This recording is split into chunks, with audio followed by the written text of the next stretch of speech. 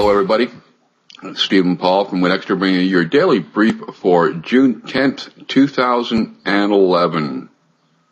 And even though it really doesn't matter to us, we're leading into the weekend. It's Friday. It's the last day of the week. It's the weekend's tomorrow. And? The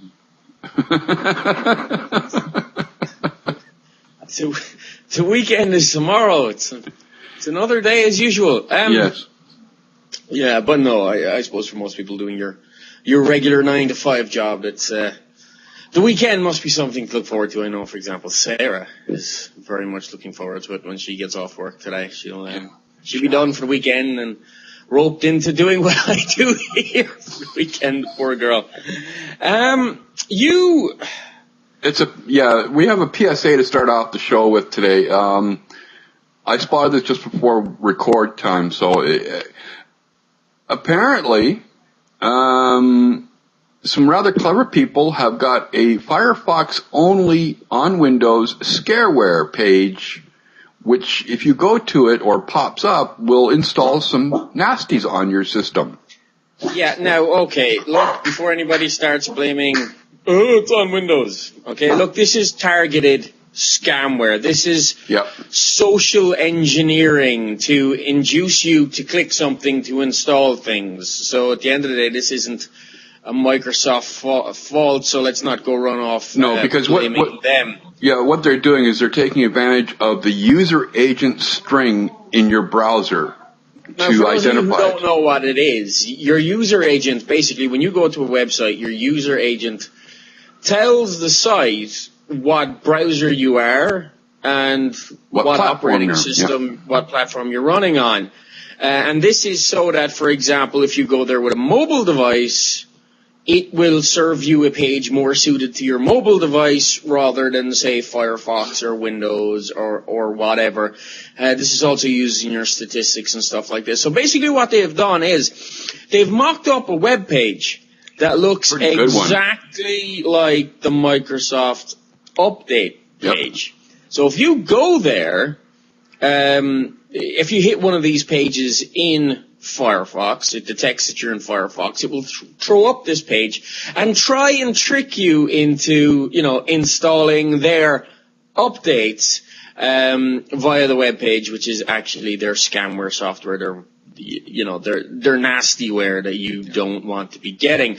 So the word of advice here is, this can happen on any browser, so expect to see these things come up once they custom tailor one for Chrome, they custom tailor one for i9, etc., etc., etc.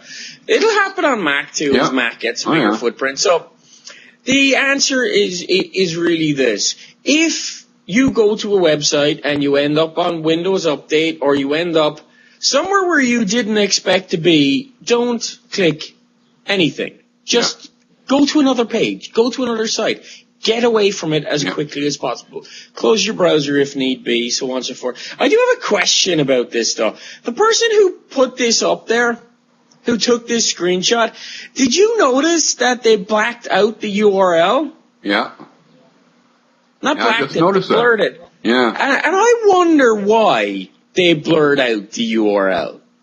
Because, you see, to my mind, that URL would be of interest to me. So we could say, look, here's one known example of it. Don't go there. Well, the only reason I can think of, and maybe I'm wrong, I don't know where this screenshot originally came from. But all I can think of is that somebody was visiting somewhere that they shouldn't have been visiting, and it's rather embarrassed by the title.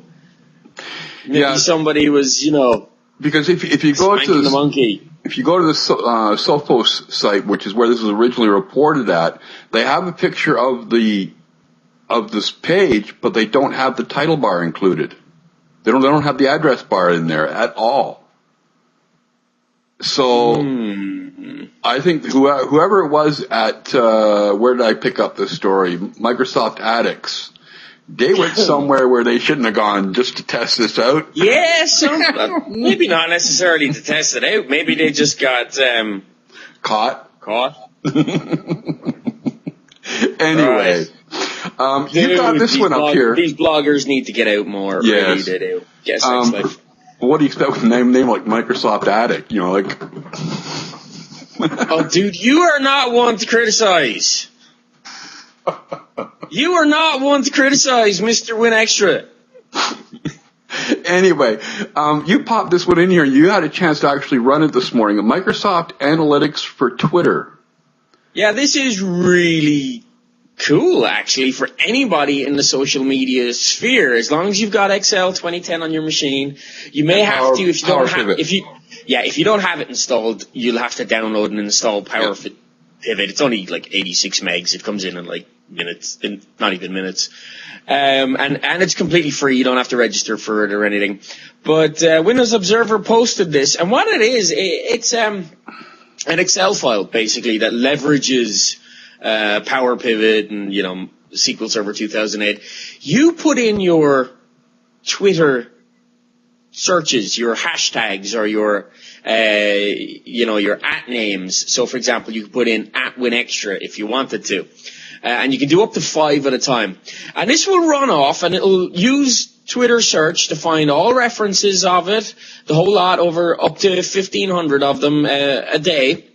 And it will produce these beautiful charts that show you who's been retweeting, how many retweets you've had, whether they were mentions or @replies or retweets, what time of the day they occurred.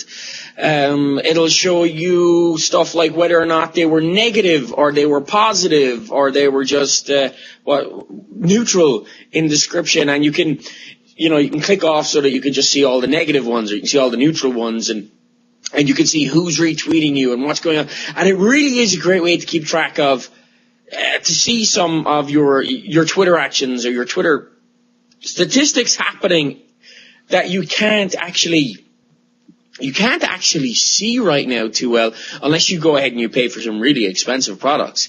And this is 100% free from Microsoft. They just put it out there. Wow. I've been playing with it this morning, and it's pretty cool stuff. There's lots of interesting information for anybody who wants to track this. You said you are limited.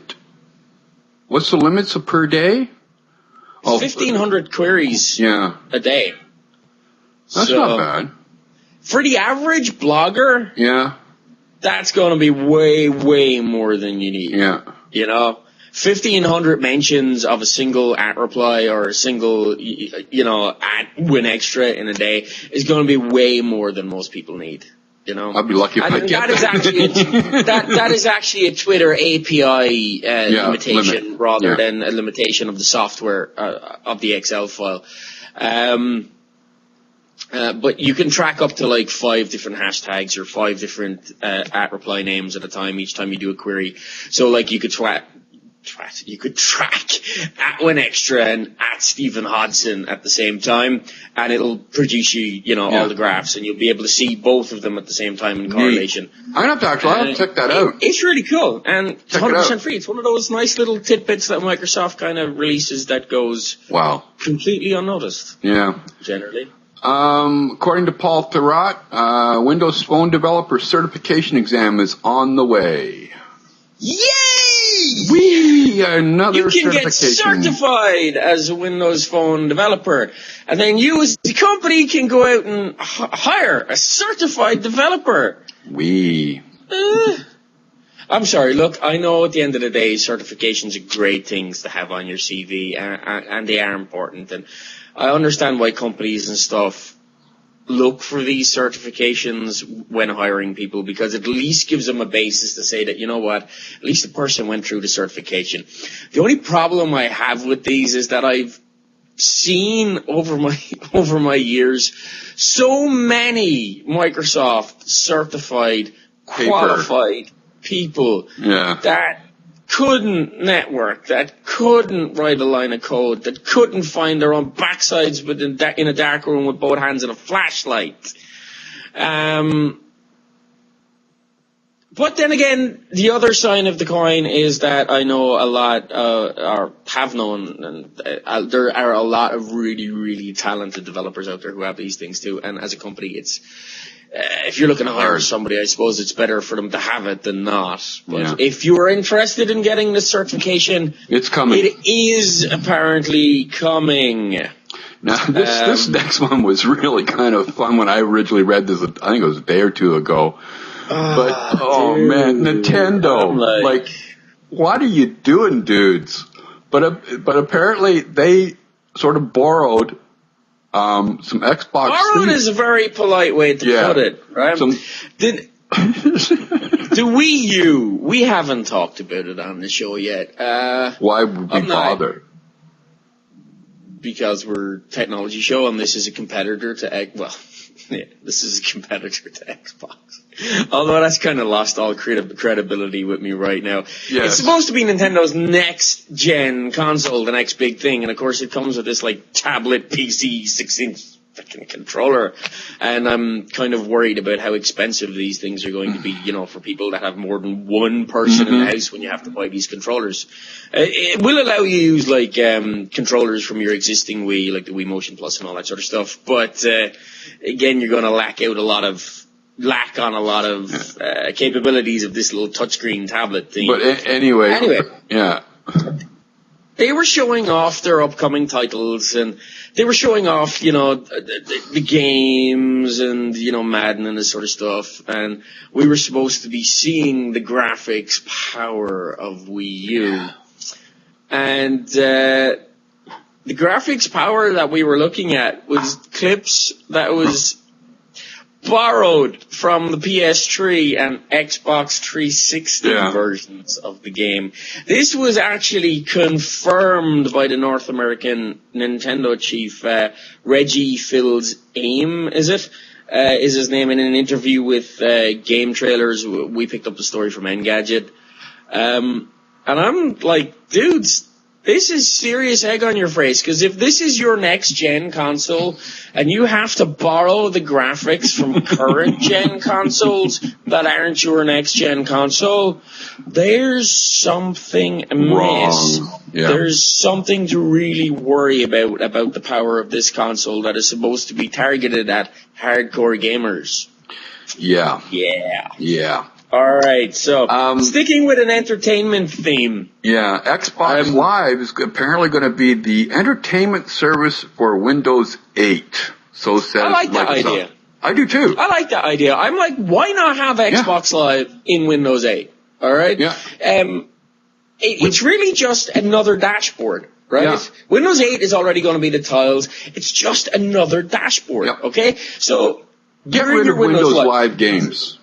Look at what's inside Xbox Live right now when you're there, okay? You've got your Twitter client, you've got your Facebook client, you've got your list for all your games, you've got your lists of all the upcoming stuff and the games that you can get. But why not duplicate that functionality on Windows 8? It's really easy to do.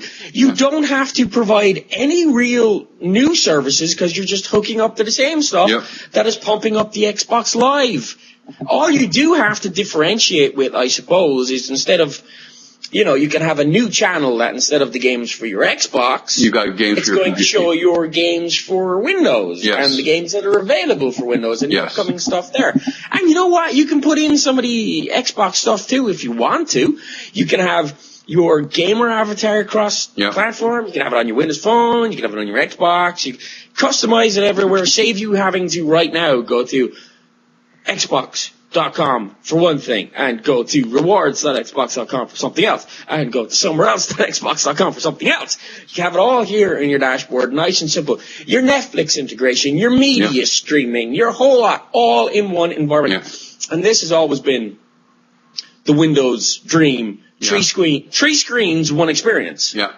The more screens, one experience. And this is just tying it all together. Yeah. This is... I'm actually surprised as to ask why didn't we ask where this was when we saw the Windows 8 demos. Yeah. Because it's now that I look at it, I'm sort of kicking myself and going, why didn't I say something? Why didn't I think of this? Why didn't this occur to me? Because it's obvious. Yeah. Remember that famous IDC survey or report that said Windows phones surpass them all and become the top in 2015? Well, no, it was supposed to take the number 2 space. It wasn't supposed to become number 1. Oh, okay. But anyway, they're back. Yes. They've revised their statements since March. Yes. And they're saying, once again, that Windows Phone 7 will be the number 2 mobile operating platform in the world. Yes. With Apple being in 3rd place. Well, Apple is currently in 2nd place behind Android. Behind Android. Android will stay number 1. Basically what they're saying is, look, the North American market is one thing, but there's the whole rest of the world to consider. And the whole rest of the world is dominated by Nokia and Symbian. And this is where Nokia is going to continue to grow. I mean, Nokia's market share is declining right now, but they're still activating hundreds of thousands of devices a day. All right? They're still growing globally. Yeah. All right? Not overall growing, but if you know what I mean, they still have a strong base. And they're just really waiting for the new phones to come out to start kickstarting things again. And Nokia have the carrier ties worldwide. Yeah. And are poised to bring in things like this near-field communication and mobile payments at a level that Apple and Google can't yet push Android to do universally because they lack these agreements that Nokia already has. Yeah. And of course, Nokia can push into the cheaper markets where it already is in quite simply, which again, higher-end Android Apple devices have a hard time coming in, especially Apple, because Apple relies so much on the high prices to make up the difference in margins.